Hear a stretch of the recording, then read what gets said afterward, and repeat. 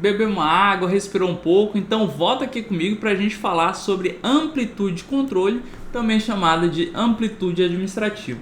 Gente, como a gente conversou, amplitude de controle nada mais é do que a quantidade de subordinados por chefia. Só que esse é o conceito, né? É o conceito.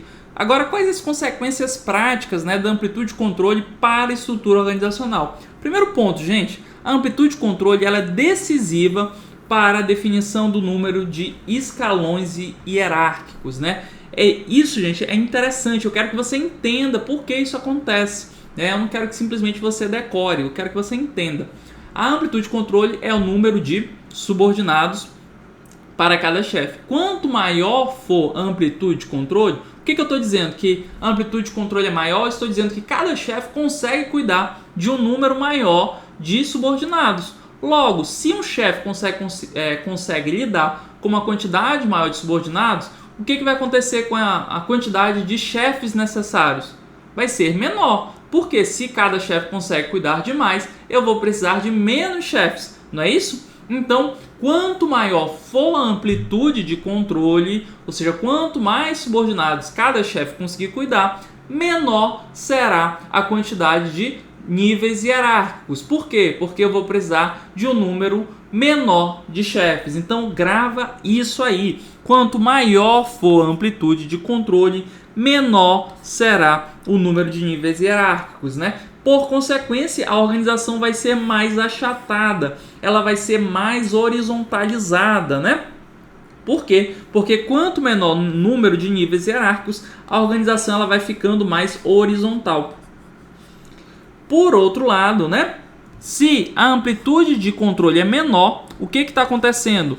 Está acontecendo que cada chefe consegue cuidar de um número pequeno de subordinados. Logo, eu vou precisar de mais chefes, né? Então, vou ter que ter mais níveis hierárquicos. Por consequência, a organização ela vai ficar mais linear. Ela vai ficar uma organização mais alta. De maneira mais prática, a gente compara aqui essas duas estruturas organizacionais. Nesses dois exemplos, nós temos 15 funcionários, mas percebe que essa aqui é uma estrutura mais linear, mais piramidal, ela é uma estrutura mais alta, enquanto essa organização aqui ela é mais horizontal? Ora, os dois exemplos eles têm 15 funcionários, então por que uma estrutura é diferente de outra? Justamente por causa da amplitude de controle. Aqui o que está acontecendo? Cada chefe é responsável por dois, ó. Então um coordenador é responsável por 2 operários. Um diretor é responsável por 2 coordenadores. Então a amplitude de controle aqui é de 2. Aqui, por outro lado, o que está acontecendo? Cada coordenador é responsável por 1, 2, 3, 4, 5, 6 operários. Então, se cada coordenador é responsável por 6 operários, eu tenho o quê? Eu tenho uma amplitude de controle 6. Né? Então, a amplitude de controle aqui vai ser 6. Aqui vai ser 2. E olha o que está acontecendo. Quanto maior a amplitude de controle, menor está sendo o número de níveis hierárquicos. Aqui eu tenho apenas 1, 2, 3 níveis hierárquicos. Aqui eu vou ter um nível hierárquico, 2 níveis hierárquicos, 3 níveis hierárquicos, 4 níveis hierárquicos, né? Então, quanto maior a amplitude de controle, menor o número de níveis hierárquicos, né? A estrutura vai ficando mais horizontal. E quanto menor for a amplitude de controle, a amplitude aqui é de apenas 2, o que está acontecendo? O número de níveis hierárquicos está crescendo, está sendo maior. Imagine, já existe essa diferença para uma empresa, para uma estrutura de 15 funcionários, né? Uma estrutura pequena. Imagine essa diferença em uma grande estrutura, em uma estrutura com 200 empregados, 300 funcionários, né? Aí essa diferença vai ser ainda maior. Então é por isso que a gente tem que saber bem qual vai ser a amplitude de controle que a gente vai adotar dentro da estrutura organizacional, porque vai trazer reflexo no número de níveis hierárquicos e, portanto, aí, no número de chefes que vão ser necessários, né? É isso que a gente está vendo aqui. Quanto maior o número de funcionários, mais diferente as estruturas vão se tornando, né? As organizações com ampla amplitude de controle vão ficando mais gordinhas e as organizações lineares vão ficando mais altas, parecendo uma pirâmide. Foi isso que a gente falou, né? O que é melhor, uma organização linear ou uma organização achatada? Gente, não existe uma regra absoluta, né? Em geral, as organizações modernas tendem a ser mais achatadas, tá? Não existe assim uma regra absoluta, uma receita de bolo. É sempre melhor uma estrutura mais linear ou é sempre melhor uma estrutura mais achatada. Não existe essa regra de bolo. O que a gente percebe aí na prática das organizações mais modernas? Que as estruturas são mais horizontalizadas, ou seja, a gente privilegia uma especialização do trabalho, uma especialização do trabalho menor, né? Uma especialização mais horizontal e um número de níveis hierárquicos menor também, né? Então, as estruturas ficam mais achatadas e a amplitude de controle fica fica maior, né? Então, cada chefe fica responsável por muitos subordinados. Então, essa é a tendência, vamos dizer assim, das organizações modernas, mas não existe uma regra absoluta, né? Na verdade, a gente tem que conhecer as vantagens e desvantagens de cada tipo de amplitude de controle. Quando eu tenho uma alta amplitude de controle, o que está acontecendo aqui? Eu tenho um chefe cuidando de muitos subordinados. Qual é a vantagem disso? Mais eficiência da organização, né? Você vai gastar menos. Se você precisa contratar menos chefes, então você vai ter uma eficiência maior, você vai utilizar melhor o seu dinheiro. Essa é uma vantagem. Outra vantagem, a comunicação e as decisões são mais rápidas, né? Já que, muitas vezes, o que acontece? Quando você tem uma estrutura mais piramidal, deixa eu até desenhar aqui para você entender. Tem coisas que é melhor entender do que ficar decorando. Então, vamos imaginar que a decisão seja tomada aqui no nível hierárquico aqui maior, né? Seja centralizado. Beleza. Se você centraliza e tem muitos níveis hierárquicos, o que tem que acontecer? Esse tem que comunicar esse diretor até chegar em quem vai tomar a decisão. Então, quanto mais linear for a estrutura organizacional, mais alta for a estrutura organizacional, as decisões elas vão ficando mais lentas, né? Por quê? Porque tem que passar por vários chefes até chegar no tomador de decisão, né? Outra vantagem da ampla amplitude de controle é o maior estímulo à autonomia dos subordinados, né? Como um chefe tem que cuidar de muitos subordinados, a tendência é que ele dê mais autonomia para os subordinados. Ele não tem aquela supervisão tão louca, né? Tão controlada, assim, ficar de olho em tudo. Por quê? Porque ele tem muitos subordinados para cuidar. Então você como chefe acaba dando mais autonomia para os seus subordinados em uma alta amplitude de controle, né? As desvantagens: pode reduzir a eficácia, pois os chefes não têm mais tempo para oferecer o apoio e liderança necessária para todos. Então, por ter muitos subordinados, às vezes o chefe não vai conseguir apoiar todos os subordinados, né? E os subordinados podem talvez não performar tão bem, né? Então acaba reduzindo um pouco a eficácia, ou seja, a capacidade dos subordinados atingirem os objetivos, né? Dilui o controle, né? Então, como a gente falou, né? Um lado positivo é que você dá mais autonomia para o subordinado. O lado negativo é que, se o subordinado não for um cara comprometido, né, focado em resultados, isso vai ser um problema. Por quê? Porque você vai ter uma diluição do controle. O chefe não vai conseguir acompanhar de perto, né, o subordinado. Então é uma desvantagem da alta amplitude de controle. Em prós, você tem que saber isso, né, as vantagens e desvantagens. Lembrando sempre que não existe uma regra absoluta. Tudo vai depender do contexto. É por isso, gente, que a administração, a gente tem que entender, tem que estudar os conceitos, realmente compreender, porque lá, quando a gente chegar na organização, na empresa para trabalhar, no órgão público para trabalhar, a gente vai ter que ter a capacidade de avaliar a situação, né, e ponderar entre vantagens e desvantagens. Olhar lá para a empresa e pensar, poxa, dentro desse contexto faz sentido eu adotar uma amplitude de controle mais alta ou uma amplitude de controle mais baixa? Então a gente vai fazer essa ponderação. É por isso que a gente avalia sempre. É muito comum em administração a gente estudar sempre as vantagens e desvantagens, para ter justamente essa capacidade crítica de avaliar uma situação na prática. Beleza? Vamos ver como isso é cobrado em provas. A questãozinha aqui, FGV, Câmara de Salvador, assistente 2018. O processo de organização é pautado por alguns princípios ou elementos básicos, formulados por autores como Fayol e Weber, né? O número de subordinados pelos quais um gestor é responsável e que determina no processo de organização formatos mais verticais ou horizontais das estruturas organizacionais é conhecido como, gente, número de subordinados por cada chefe. A gente está cansado de saber. Esse é o conceito de amplitude de controle e amplitude administrativa. Gabarito, então, B de bola, não é cadeia de comando. Cadeia de comando é aquela linha que indica a autoridade hierárquica do nível organizacional mais alto até o escalão mais baixo. Descentralização é o processo ali de tomada de decisão nos níveis hierárquicos mais baixos. Divisão do trabalho e especialização do trabalho, né? É você fragmentar a atividade a ser realizada. Especialização horizontal é você criar departamentos para fazer a especialização da estrutura organizacional, né? Gabarito é mesmo B de bola. Falamos já sobre amplitude de controle, vamos falar agora sobre a centralização. Gente, já batemos bastante sobre isso, né? Quanto maior o nível de centralização, mais próximo do topo da estrutura organizacional estará o tomador de decisão. Lembra lá aquele desenho.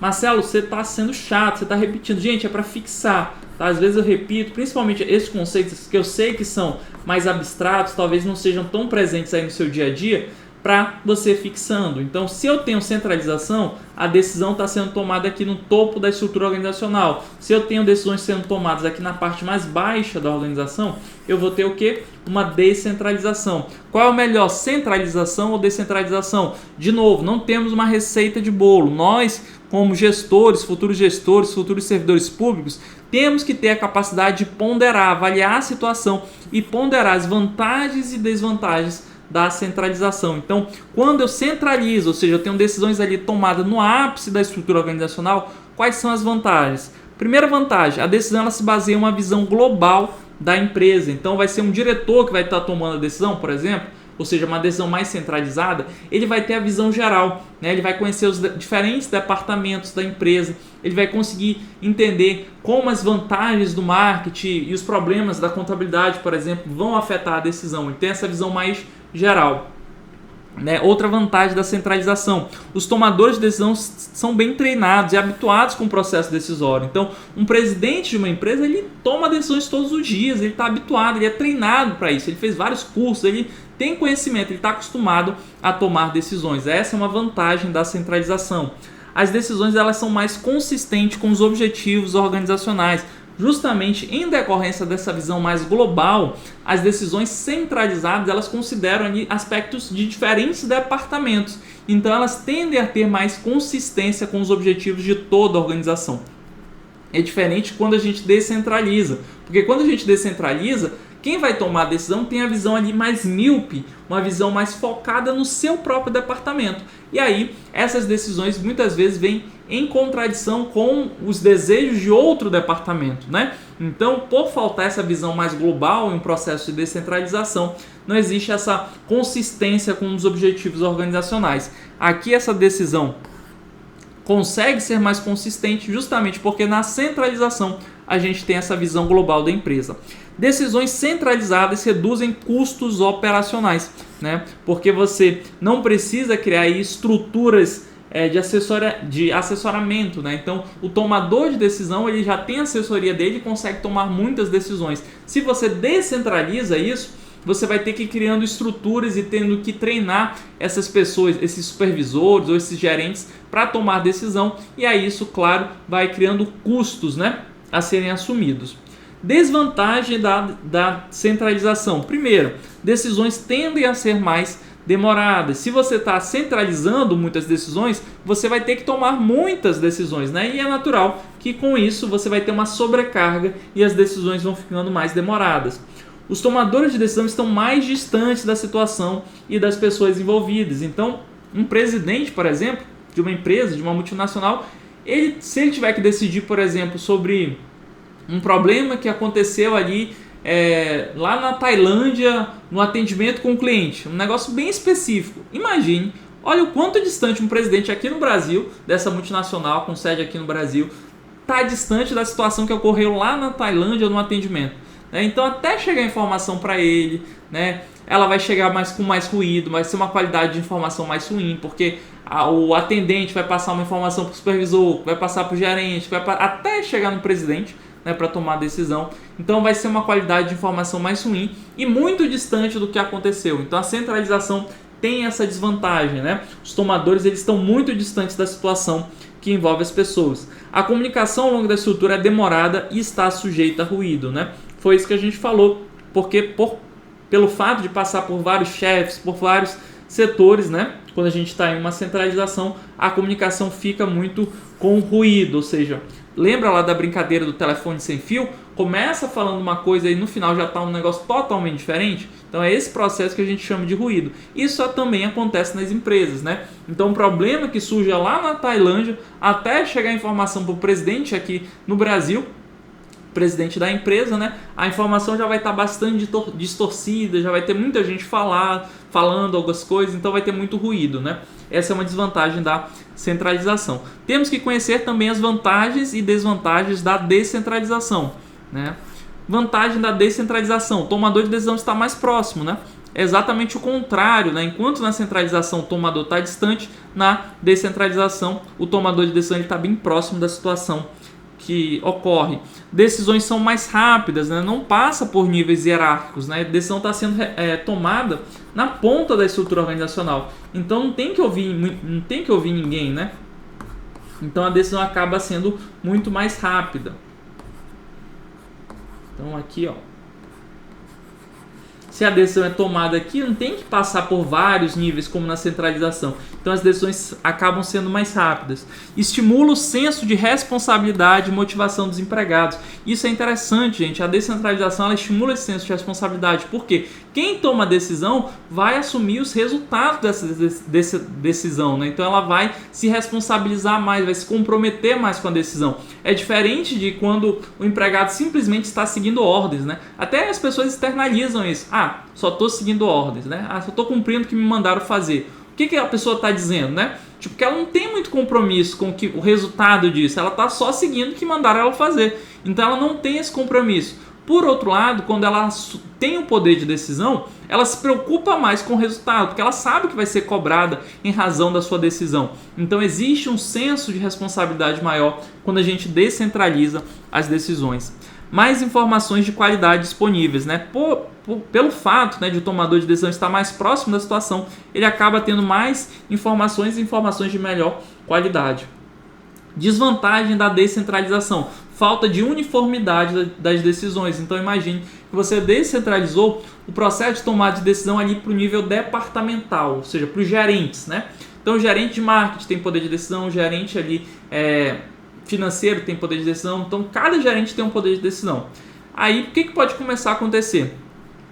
Diante de uma mesma situação, os gerentes tomarem decisões diferentes, né? Porque cada gerente vai ter poder de decidir. Então aconteceu um probleminha lá no marketing, o gerente de marketing resolve a situação de um jeito, o gerente de contabilidade já decide de outra forma. Então você vai tendo problemas de falta de uniformidade, cada um decide de um jeito. Muitas vezes essas decisões são também contraditórias. Então uma desvantagem da descentralização é justamente que você vai precisar coordenar melhor isso, né? Porque senão as decisões vão ter falta de uniformidade justamente por serem decisões míopes. Por quê? Porque a pessoa só vai considerar uma parte da organização. O gerente de marketing só tem a vivência, a experiência sobre os problemas do departamento de marketing. Ele não tem a visão geral de um presidente da empresa, que conhece todos os departamentos, né? Conhece os problemas, as vantagens, os pontos fortes, as fraquezas de cada departamento. Então, as decisões descentralizadas, elas são decisões mais míopes, ou seja, elas consideram apenas uma parte da organização.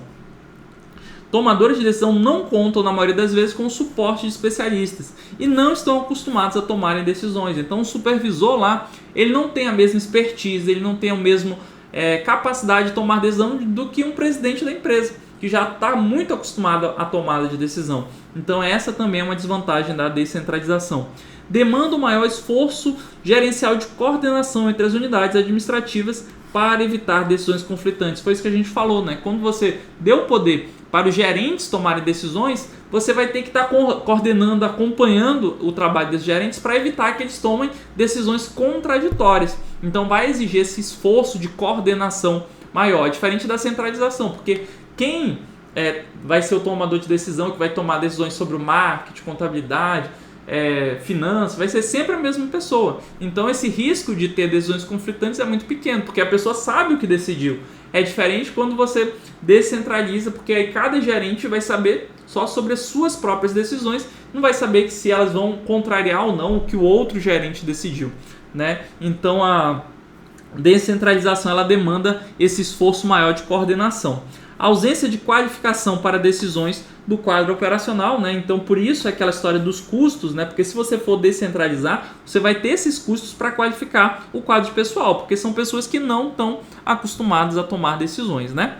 Então, busca sempre entender, gente. Eu sei que no começo vai parecer que tem que decorar, mas é por isso que eu falo dentro de cada característica, eu explico para que você entenda a ideia. É sempre melhor compreender o assunto do que simplesmente decorar, tá bom? A administração dá para entender, principalmente algumas coisinhas a gente tem que decorar eventualmente, mas a administração, se você trabalha dessa forma, entendendo os conceitos, né, você consegue acertar as questões sem tanta decoreba, tá bom? Falamos sobre centralização, descentralização, vamos falar um pouco sobre formalização. Gente, já conversamos que formalização indica o grau em que as tarefas dentro da organização são padronizadas. Quanto maior a padronização, né, maior vai ser a formalização. Em organizações altamente formalizadas, existem descrições detalhadas das tarefas, procedimentos, regras, né? Quando a formalização é baixa, os comportamentos tendem a ser não programados, ou os funcionários têm uma boa dose de liberdade. Então guarde para sua prova. Quanto maior a formalização, menor a autonomia individual sobre a execução das tarefas. Enquanto maior a formalização, menor a interferência do funcionário no processo produtivo. Gente, estou falando a mesma coisa de formas diferentes, né? O que eu estou dizendo aqui? Que quanto maior a formalização, maior vai ser a padronização. Então, a liberdade do empregado para tomar decisões é menor, porque ele sabe exatamente o que o manual diz. Não, o manual já está dizendo, ó, diante dessa situação, faça isso, né? Então, se o manual já diz exatamente o que ele tem que fazer, a liberdade dele para decidir vai ser menor. Então, quanto maior a formalização, menor o poder de decisão do empregado. É isso que a gente está vendo aqui. Menor. E aqui é a mesma coisa dita de formas diferentes, né? Eu trouxe essas duas expressões porque as duas expressões já apareceram em prova e elas dizem exatamente a mesma coisa. Quanto maior a formalização, menor a autonomia do empregado, ou seja, menor a interferência desse funcionário no processo produtivo. Belezinha, gente? Então, isso aí é sobre formalização. Agora a gente vai começar a falar sobre departamentalização, mas antes, respira um pouco, bebe uma água e aí eu estou te esperando no próximo bloco, onde a gente vai aprofundar bastante aí nos tipos de departamentalização. Forte abraço, estou te esperando no próximo bloco.